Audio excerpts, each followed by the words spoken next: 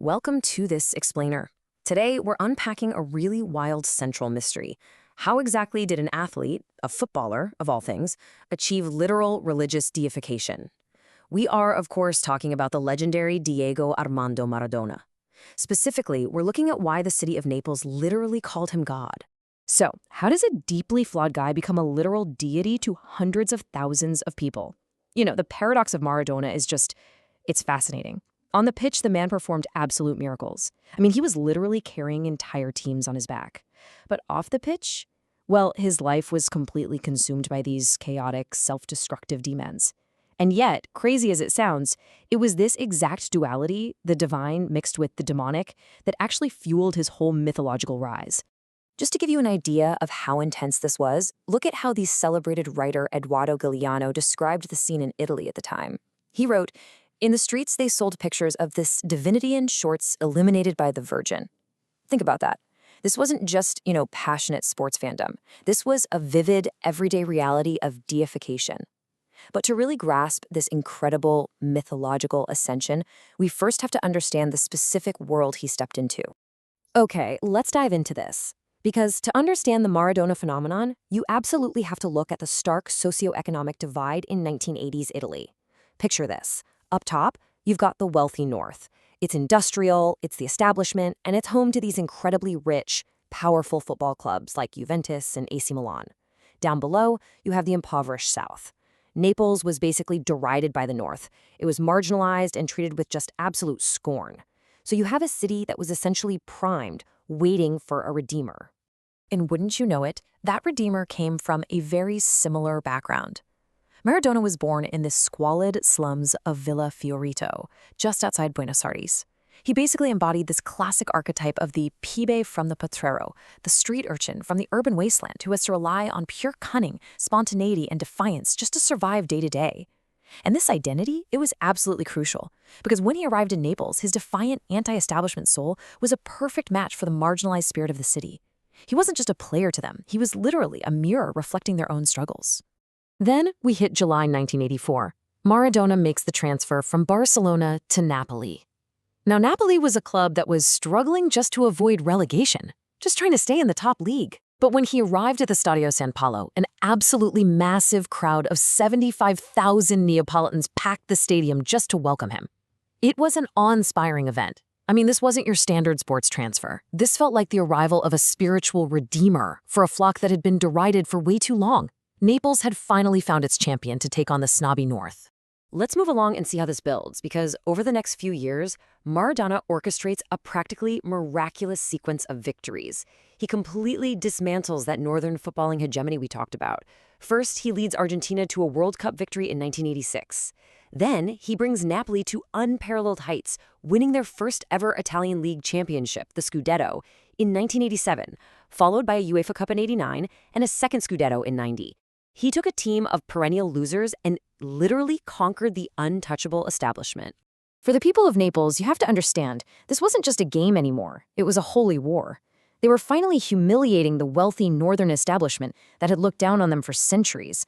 The joy on the streets was so intense, so off the charts, that locals actually started selling tiny bottles supposedly filled with the tears of Silvio Berlusconi, the powerful AC Milan owner and poster child for the northern elite. They even sold these little miniature coffins painted in the colors of the northern clubs. It was a complete carnival of revenge.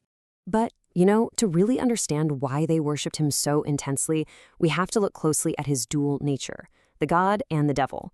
And honestly, this is perfectly crystallized in just 4 minutes.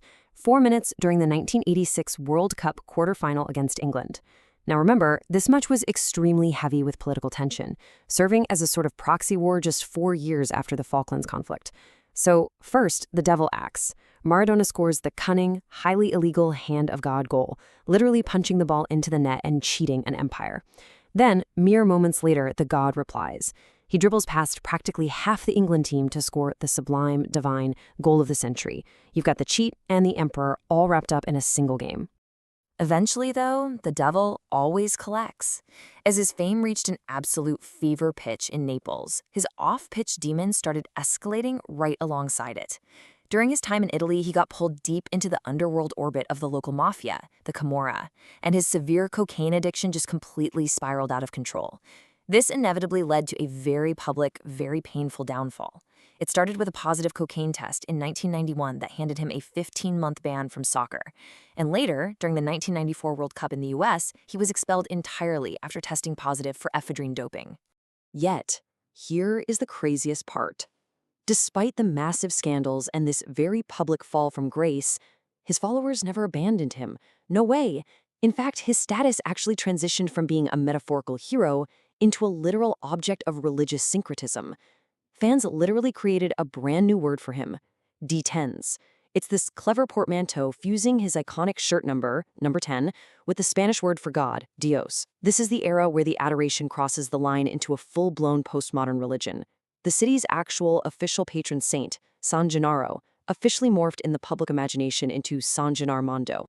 And this brilliantly illustrates just how far this religious devotion actually went. 120,000. That is the staggering number of baptized members of the Iglesia Maradoniana, or the Maradonian Church. It was founded in the city of Rosario in 1998 by just a few fans celebrating his 38th birthday, but it quickly ballooned into a massive global faith. So we're not talking about a fan club here. This became a highly structured, secular religion, complete with its own localized Catholic flair. The way this church actually structures its worship is totally fascinating. They have completely repositioned traditional holidays to center exclusively around Diego's life.